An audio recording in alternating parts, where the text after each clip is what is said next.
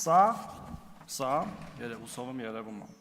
2017 թվականից մինչև 2024 թվականը կորնա դատարան ներկայացված միջնորդությունների և բավարարումների, վերևի կորը միջնորդություններն են, ներքևի կորը բավարարումները։ Հիմա ես հռետորական և ոչ միայն հռետորական հարց եմ տալիս, որն է այն առաստաղը, որ այս թիվը կարող է աճել, կարող է մի օր հասնի օրինակ 10,000-ի, որտեղ հիմա արդեն հասել է 2282-ի և շատ տեմպով աճում է, այս հարցին ոչ մեկ չի պատասխանում, բայց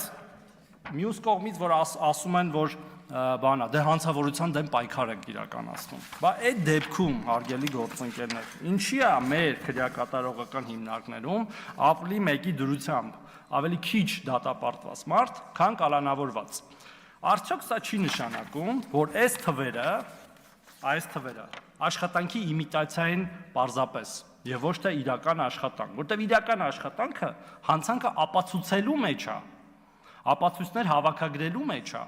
և հետո նոր մարդկանց մեղադրանքներ առաջադրելու և դատարանում